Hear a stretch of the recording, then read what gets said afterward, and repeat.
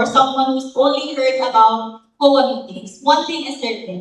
Strong communities are built through active participation, responsible leadership, and good governance. And that is exactly what our final technical session is all about. So our final technical session focuses on strengthening communities beyond housing delivery through effective homeowners association, governance, and community development. To guide us through this important topic, may we warmly welcome our resource speaker from the Homeowners Association and Community Development Division of the SUD NCR, Maria Leia L. Salvatiel. Palakpakan mo natin si Ms. Leia.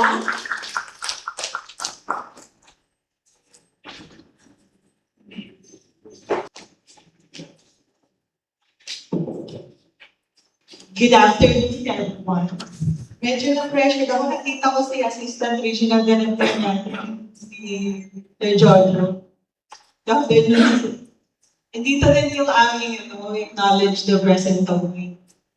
Division Chief, si Ma'am Dayan. So, good afternoon po sa ating lahat. I am the last presenter. Don't you know that the last one to speak is inaabangan daw ng lahat?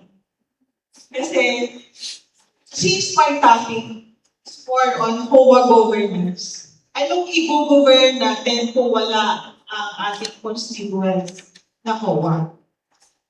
So, I am not an expert on governance, but somehow I can give some insights on more on HOA's paggalaw ng isang homeowners association sa ating lokal. So,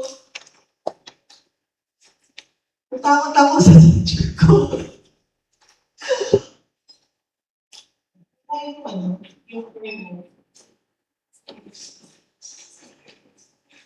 Ano ba? Sorry.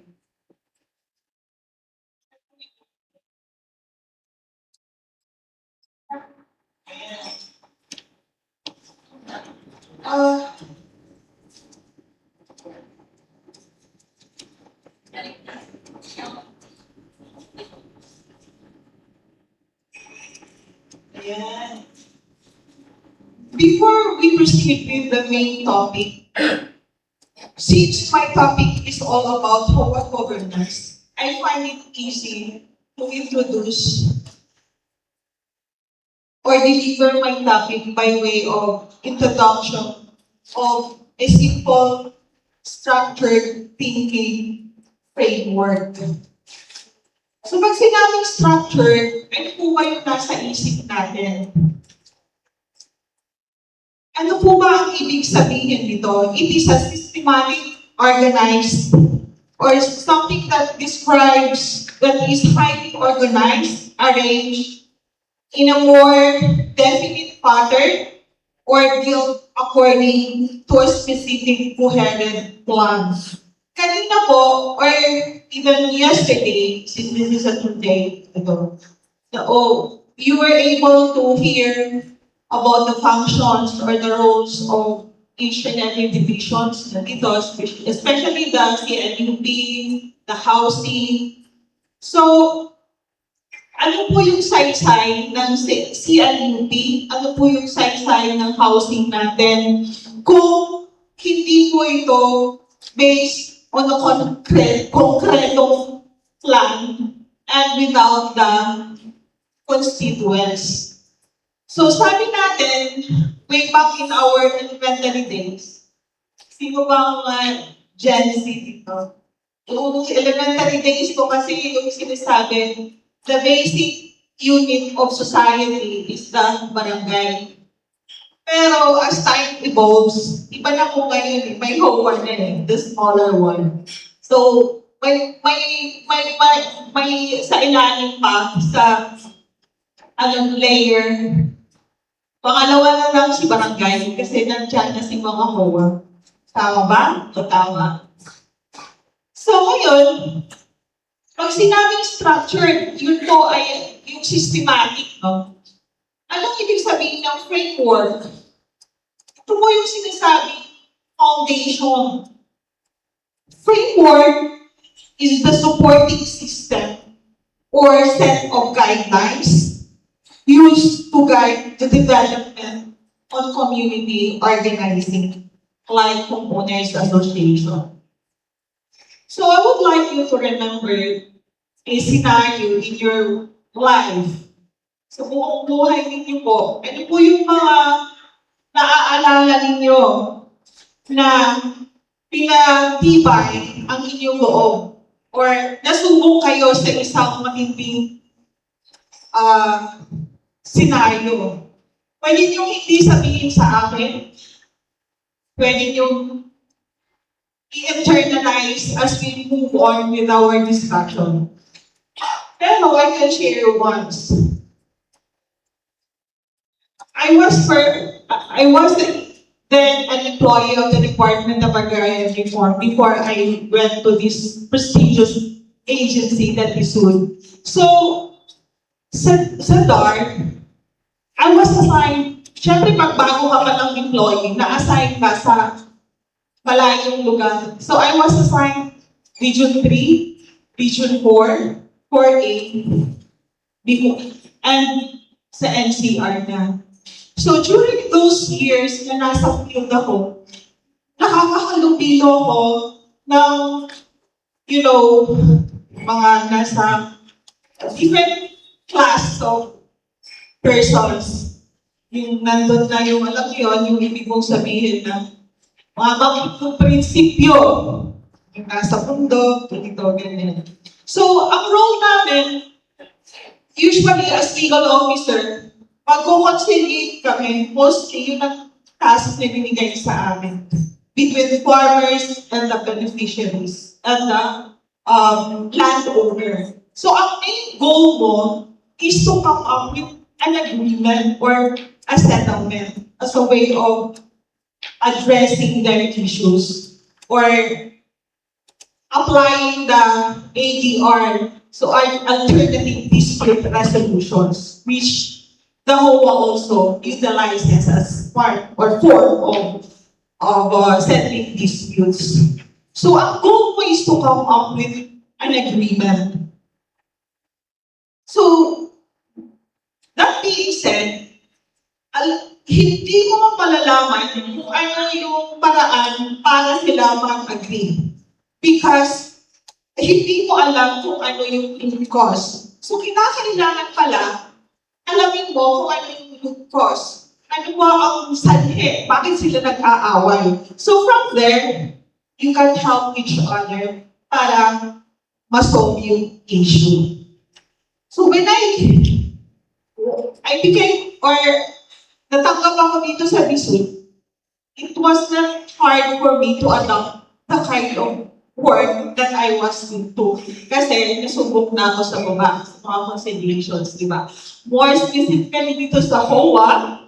And pag sinabing HOA po talaga, well, it rocks the world. Kasi ang HOA, maraming mga matatalino dyan, maraming mga iba't ibang klaseng pag-iisip.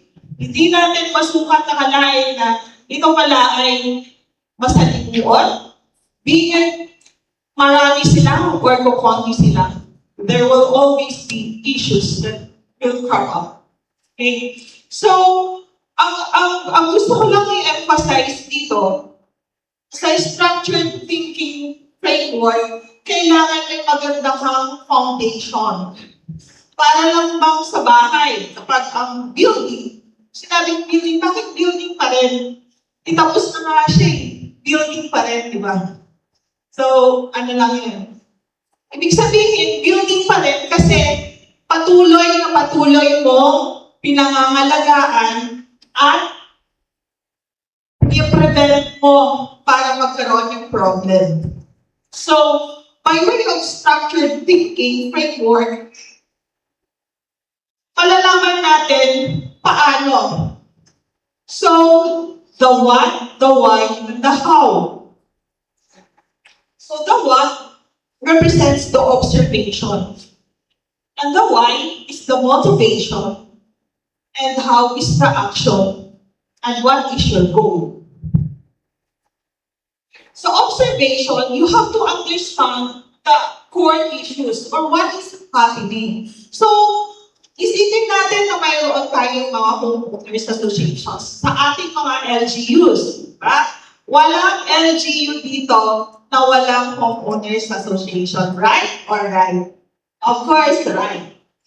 Lahat ng LGU natin may mga constituents, may mga registered homeowners association. So, anong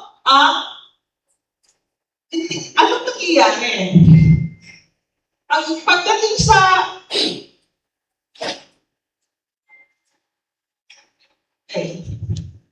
why? Ano yung motivation natin? It uncover the root cause of a system failure. The motivation behind the human behavior with the core objective of an initiative. Then of course, nandito yung how. How? How? Naguluhan na ako sa aking review. Yan. Determines the process or method or steps required to resolve the problem or achieve the goal. And this transform your understanding into an actionable roadmap. Okay. What is now your goal? Define the job process, the resources, tools, and actions required in application to the LGU. Ano yung goal ng ating particular jurisdiction? Ano yung proseso? Kasi sinasabi natin that one size does not fit all. Katulad ng CNUP, katulad ng housing, diba, sa different LGUs. So ano ba ang pinaka-applicable sa inyo? Ano ba yung goal mo? So yung goal mo would depend upon your constituents, upon your territorial jurisdiction. Okay. So we proceed with the main topic. As homeowners associations, we have these legal foundations. Pag sinabing legal foundations, ano ba yung mga binagbasihan natin? Bakit may HOA? Saan po natin nabasa or narinig yung pangalan ng homeowners association? Batay sa aming pananalisik, ito po ay nakasulat doon sa PB 957, yung Buyer's Protective Decree in 1976. Yung sinasabi doon that developers shall form homeowners association once they secure the certificate of license to sell. With that, then HLU are made and now the DSU. So, ano ba yung mga legal foundations natin? We have the Philippine Constitution.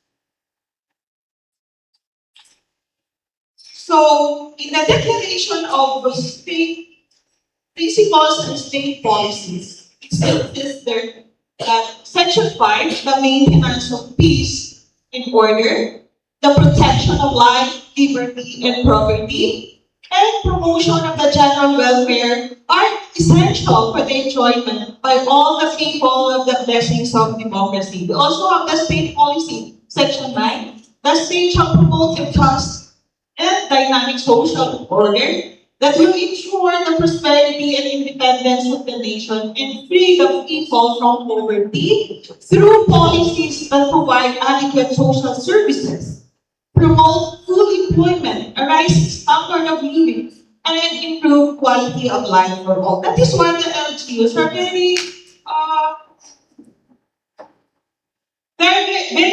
eager na masustain yung standard of living ng ating mga constituents. So that includes homeowners associations. So another is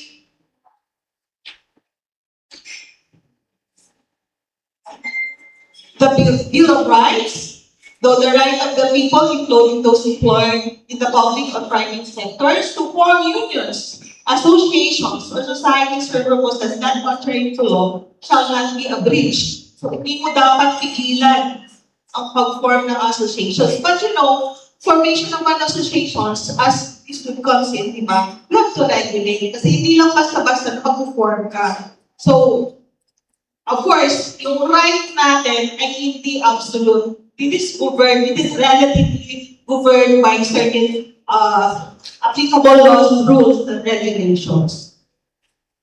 Another is the role, social justice and human rights.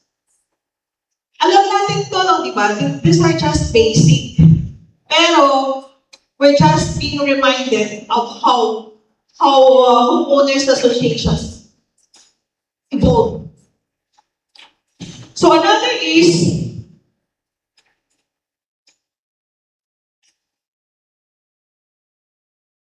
Republic Act 11201.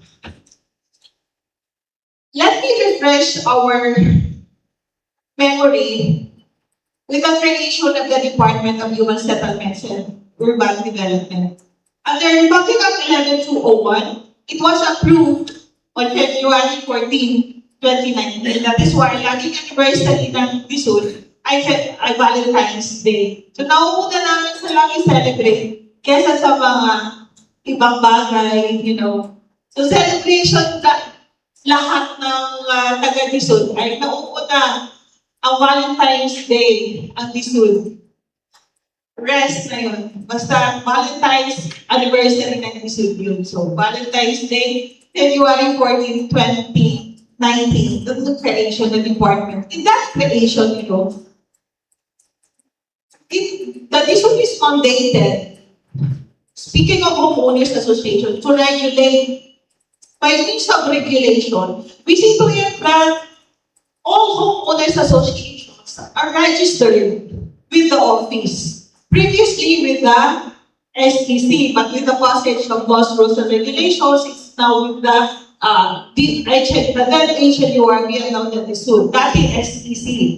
So, there are provisions of the law that DSUD are mandated for us to regulate homeowners associations. So, by regulation again, I would like to emphasize that homeowners associations should be compliant with what the DSUD is are required for them. Compliance in the submission of its annual reporting, compliance with the provisions of RA 9904. So that is also, again, the revised corporation code is also one of our governing laws. So, because homeowners association is a non-stock non-profit, so it's governed under the corporation code. One of our, sabi natin non-stock non-profit because homeowners associations are not for profit. It's not profitable. It's not for business purposes. So, there might be funds that being, nag-raise sila ng funds, but the proceeds of that funds is purely for beautification or for maintenance of the community, improvement of the community. It's not for business purposes. So that is why homeowners associations being a non-stock non-profit association. So another is the Republic Act 7160. Yeah. Yung Republic Act 7160, that is the local government code. In the local government code, it explicitly provides that the LGU should be in cooperation or coordination with the DSUD. We are mandated to cooperate. So, partners in crime is lagi yung LGU. That is why nandito kami sa inyo, nandito kayo sa amin, at nandito kami sa inyo para makipagtulungan. So, ito yung basis natin, yung local government code. Another thing is, under legal foundations, other cross-cutting laws, is the labor law, procurement, taxation, and local ordinances. The civil code, at nakatarong ng pang-barangay law, that data privacy. So, why should HOAs participate in governance? It is said that in the Philippine setting, governance is focused more on supporting the direct democratic institutions, civil society organizations, encouraging respect for the rule of law and human rights, and promoting peace and security, and supporting change towards more democratic, open, and accountable governance. So, ibig sabihin, pag pag pinamamalakaran mo yung isang organization, it's not just governance per se. It's more of good governance. So what is good governance? How do we achieve? It is not simply about efficient administration. It is about ensuring that the processes of governing are fair, open, and responsive to people they serve. This is according to the United Nations Office. The core principle is that those affected by a decision have a right to be involved in making it. This transforms public participation into both a means of achieving better governance, outcome, and an end in itself. So, according to local research authority planning identifies three main types of public participation: access to information, consultation, and active participation. A government that makes decisions without its people is like a ship navigating without a compass. It may move but rarely in the right direction. So public participation in governance is not just democratic ideal, it is a practical necessity for crafting policies that are effective, equitable, and sustainable. So when homeowners association members as citizens actively engage in the decision-making process, it gains access to ground level or grassroots realities that no data report can fully capture. So, ibig sabihin, pag hindi mo alam talaga kung ano yung munong dulo, anong needs ng inyong mga constituents, hindi natin mag-resolve pag hindi mo alam paano solusyonan. Anong needs ng LGU natin ito, ano ang needs ng particular organization or HOA. So, kailangan malaman. And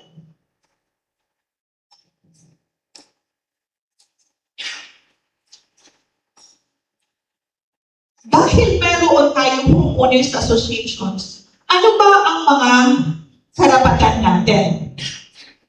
Ano ang mga karapatan ng mga NGOs of homeowners association?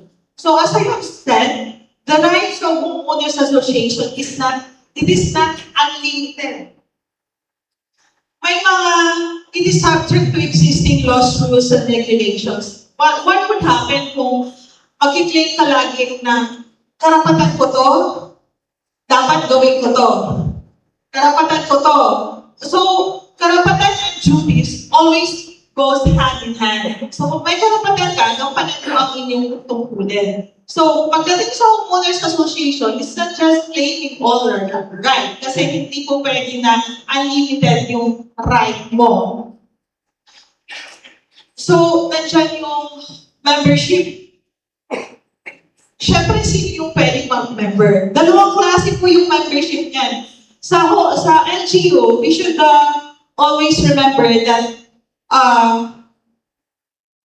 there are two kinds of membership of homeowners association, yung mandatory and voluntary. But in general, homeowners association membership, as a general rule, is only voluntary. Because under the Constitution, it says that no one shall be compelled to become member of an association unless it falls into the exception. And what are those exceptions? Yung may mga kontrata tayo, especially pagdating sa community mortgage program, yung sa CMP, kasi mandatory ang membership sa NHA, right? Mandatory ang membership. So all government financed institutions or housing projects, mandatory ang membership. So, meaning,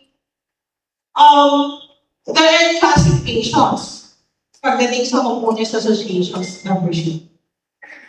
So, I have listed here some provisions na applicable sa homeowners associations. And it is under the RA 9904. By the way, RA 9904, the Magna Carta for Homeowners and Homeowners Associations, has its 2024 revised IRR.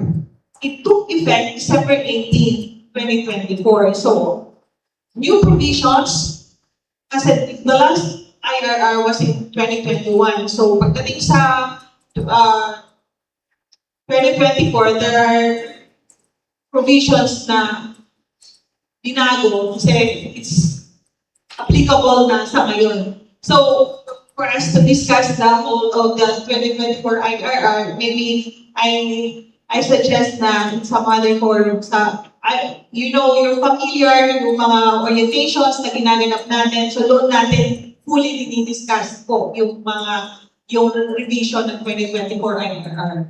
So, I've listed some of the rights of homeowners. Right to vote, the right to be elected, of course, due process and equal treatment, information, access to records, use and enjoyment, remedies. Comes to remedies, you have the right to question unlawful assessments, rules, or elections. So, under the creation of the Department of Human Settlements, unlike the HLURB, na quasi-body, ang DSUD is purely on regulations na.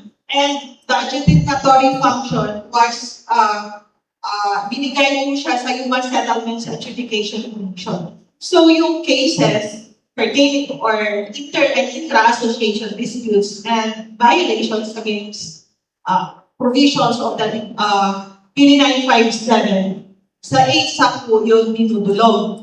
So yun yung difference, by the way, yung sa creation ng DSUD versus yung sa HLURB kasi wasay na yung HLURB before and nag-DSUD now. Separate na po ang adjudicatory function. So one of your remedies sa HOA, pwede kayong tumulog sa Human Settlements Adjudication Commission with filing cases or within these already contentious. Okay? So, again, privacy, right to protection of personal data held by the HOA. Self-explanatory, yung sa privacy, yung sa members fees, di ba? Yung iba, maalma, bakit mo'y babalandra yung mga master list, including yung addresses ng mga members. So, that's a violation of data privacy daw, but well, Data Privacy Act is a broader law to be, pero ang pwede lang namin isuggest na ang mga pangalan ng HOA pwede lang siyang ipaskil sa office. Eh, yung mga ibang mga,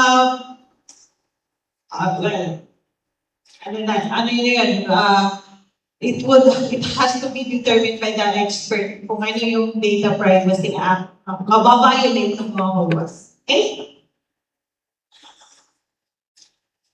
On the flip side, kasi sabi natin kanina, ang Homeowners Association, ang pagiging pagkakaroon ng kanyang karapatan ay kaakibat ang duties or obligation mo. So you have to pay your dues as member. Hindi lang laging may karapatan ka, pero hindi ka magbabayad ng assessment fees. Okay? So that's the flip side of being a member of HOA. Pagdating sa corporate,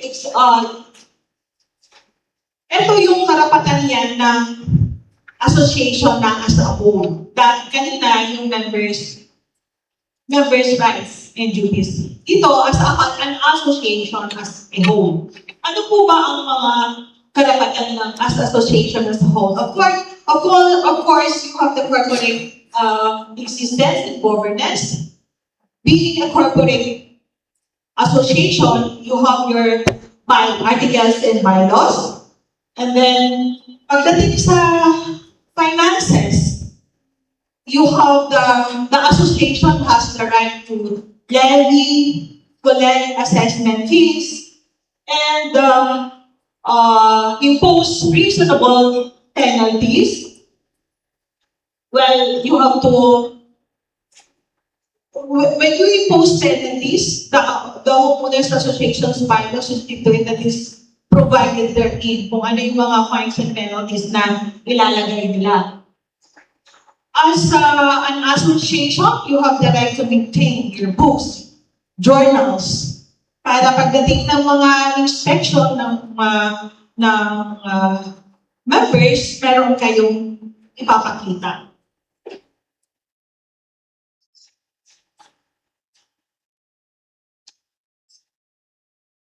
Also, the HOA has the right over property and common areas. Has the right to own, possess, manage common facilities. Kung may mga clubhouse, guardhouse, or perimeter fence, ponds, parks, depending on developer turnover and donations. So, how to regulate the use of common areas and easements, set schedules, access, protocols, and user fees, if any. You have to enter into contracts, security, landscaping, waste management, etc. Obtain insurance if possible. And the rule making and enforcement. Issue architectural guidelines. Ito yung mga mostly sa regular subdivisions. As a corporate entity, you also have the right to sue and be sued. That's your legal right. Mayroon din po kayong emergency power. Implement temporary measures during calamities. Remember the COVID. So, may mga, tayo dyan, protocol. And data privacy. Okay? Pagdating naman sa interaction ng developer, kailan dapat ang transition ng developer to homeowners association? Under RA 9904 or the 2024 revised IRR, it says there na pagdating ng 51% na acquire or na sold out ang property ni developer, let's say 100, out of 100, ang 51%, at mga more than 50 na nabili or naibenta, kailangan na i-take over yung developer yung management ng association sa buyers. Because developer, their role as they are the one who initiate the formation of homeowners association. Remember, under PD 957, they are required to initiate the formation of homeowners association. But until when are they going to manage the HOA? Until such time that it reaches 51% ang sold out ng property. Or after 2 years from registration. So that's what 2024 revised IRR is, that's the provision of the 2024 revised IRR. So, gusto ko lang emphasize sa turnover. It's not the facilities that being turned over to the HOA. It is the management. Kasi marami po yung mga HOAs na wala pa, hindi pa rin-turn over sa amin yung facilities, ganito, ganyan. It's not the facility that being turned over, it's only the management. Kasi the property still belongs to the developer. Except if it's an open space, like the road lots, the open part of the open spaces, except parks and playgrounds, di ba? Sa PD 957, yun po yung sinasabi natin na the local government has to accept the donation, and the donation to be perfected, it has to have its acceptance. The donation cannot be perfected without the acceptance. So usually the developer donates the roadblocks to the local government, the developer. So with the acceptance of the LGU, si LGU na nagmamanage. But there are some gated subdivisions na hindi na turn over sa LGU because they are not compliant with DSUD kasi wala silang certificate of license, ang tawag, COC, Certificate of Completion. So, siguro nag-discuss yun nung sa HRED about open spaces. Okay?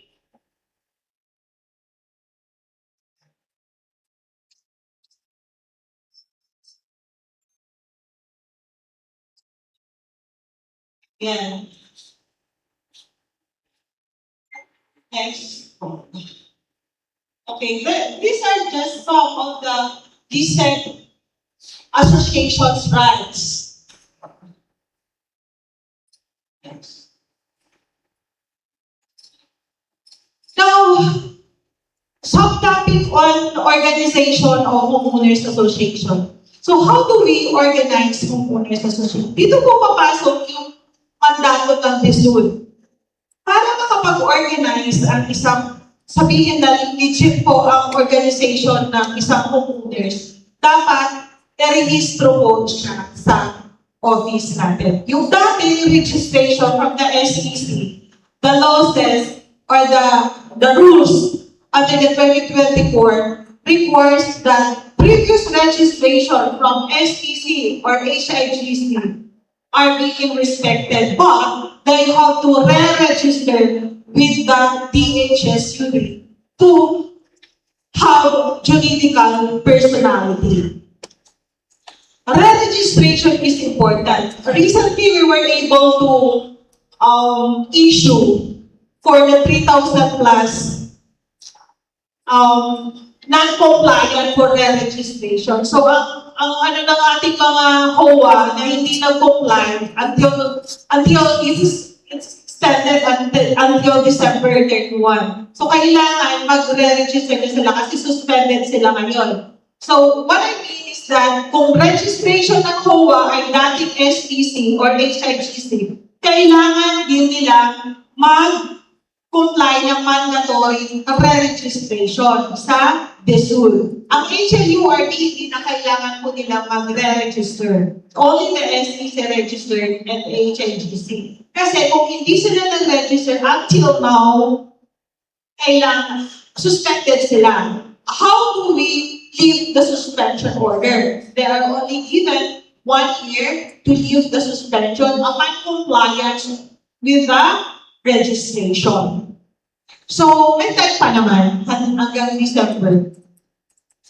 Only that, when you are not suspended, of course, hindi ka na pwedeng gumalaw kasi you do not have any authority to do so.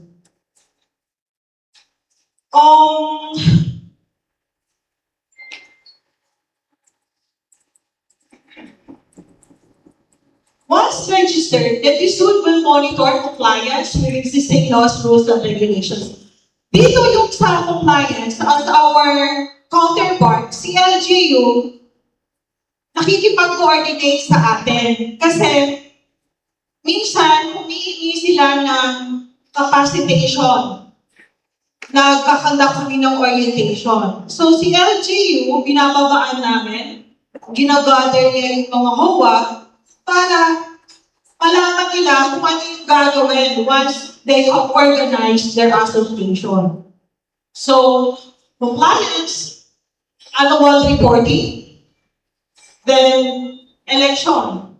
Basically, yun lang medyo matubo sa kanila. Annual requirement, submission of the annual requirements, general information sheet, financial statement, compilation of minutes of meetings of associations, members and the board of directors. then the election report. So there are provisions under the IRR na bago na, unlike sa 2021 na hindi na applicable ngayon. So may mga provisions tayo. So we will not dig deeper onto the details, but you can request for an orientation sa baba kung marami. Pero kung konti lang, pwede natin i-invite sila dito.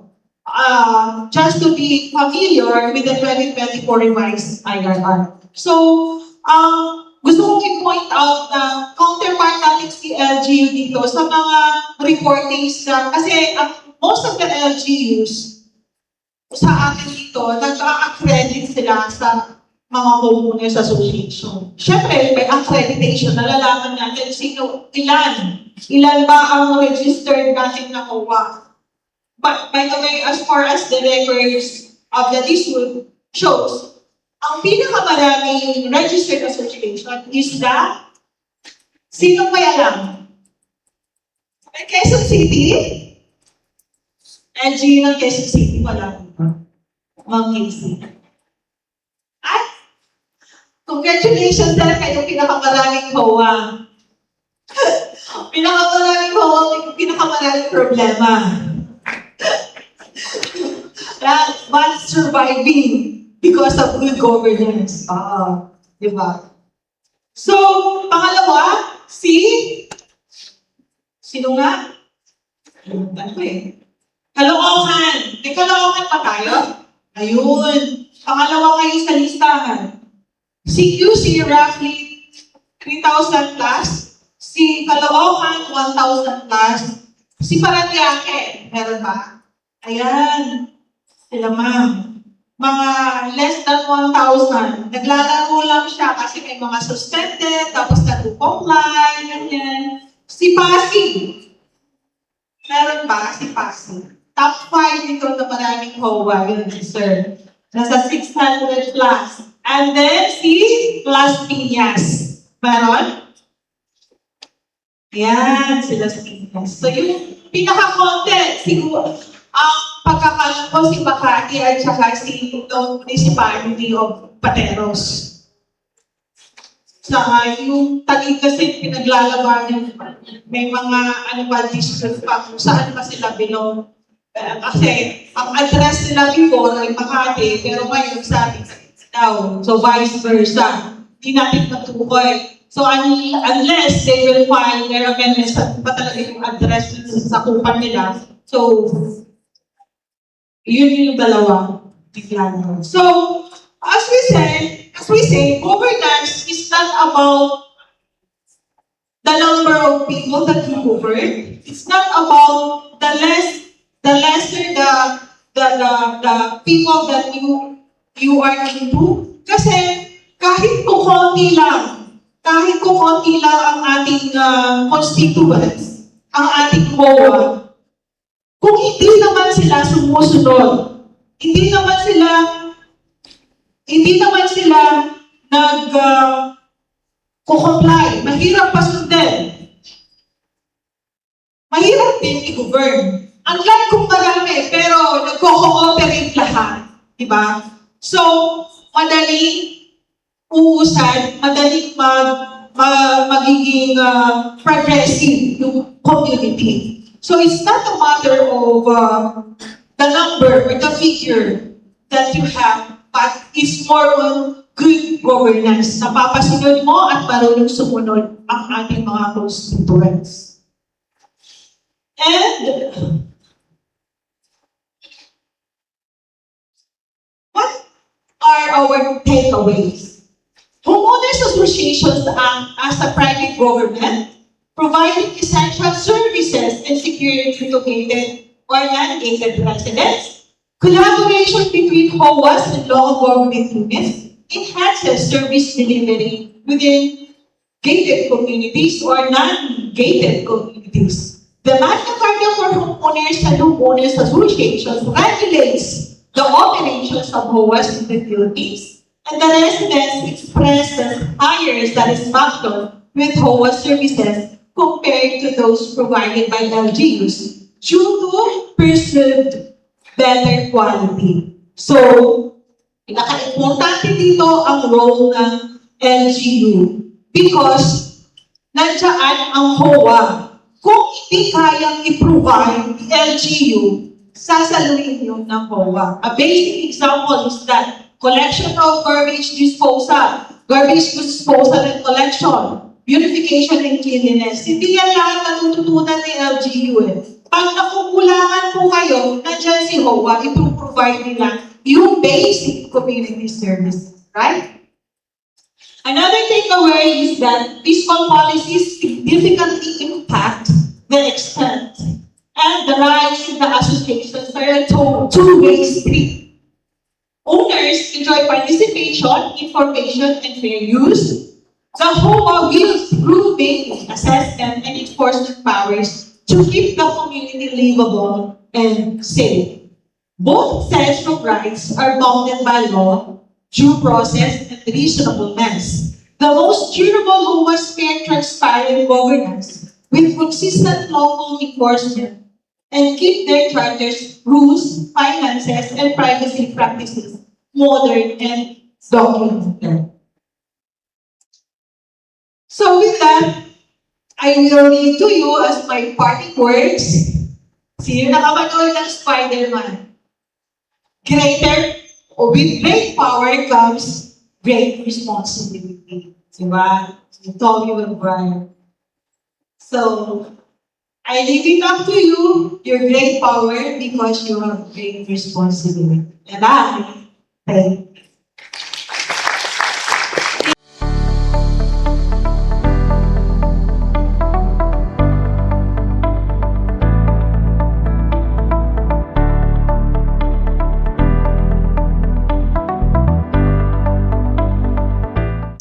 Actually, under our 2024 revised IRR, the definition of homeowners associations and neighborhood is used interchangeably.